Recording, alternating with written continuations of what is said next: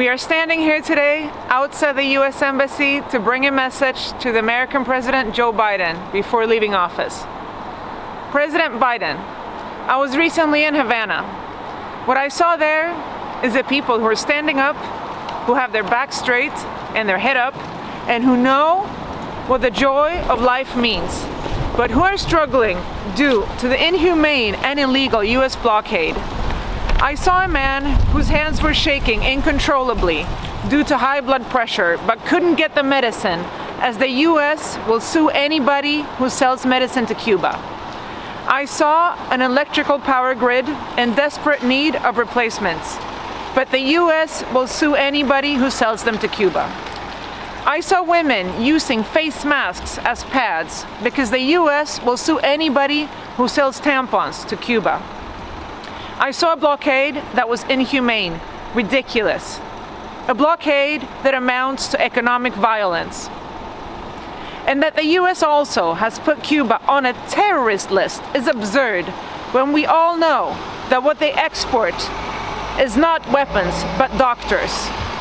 Cuba is a country that, opposed to certain other countries, does not invade other countries or topple their governments. Cuba is a country that doesn't sell weapons, but that tries to help negotiate for peace, which was, ironically, the very effort that got them onto this list in the first place. When Cuba volunteered alongside Norway and Venezuela to host the peace talks between the Colombian government and the FARC guerrilla, Trump saw his chance. He then added Cuba to the list of terrorists because the FARC guerrilla leaders were physically present in Havana. This is ludicrous because being present is what peace talks are about. You have to meet to have the talks.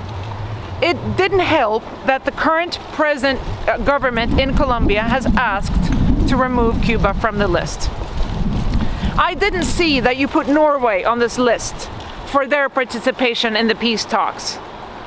Wasn't this just another way to punish Cuba because they want to be independent? Because they refuse to be your backyard? Because they want what you have? Freedom to decide about their own future? The U.S. is becoming increasingly isolated in its stance on Cuba. In the last UN vote, there was only one country beside the U.S. that voted to keep the blockade, and it was Israel. You didn't even get the small islands with you on this. You didn't even get your allies with you on this. You didn't even get Argentina. You didn't even get Ukraine for all the money that you give. You are alone. President Biden, your time is soon up. Former U.S. President Donald Trump separately designated Cuba as a state sponsor of terrorism just prior to leaving office. You can reverse this. Do the right thing. Lift the blockade. Take Cuba off of the terrorist list. Let the women have their tampons. Let the children have their milk, and let the old people have their medicine. Thank you.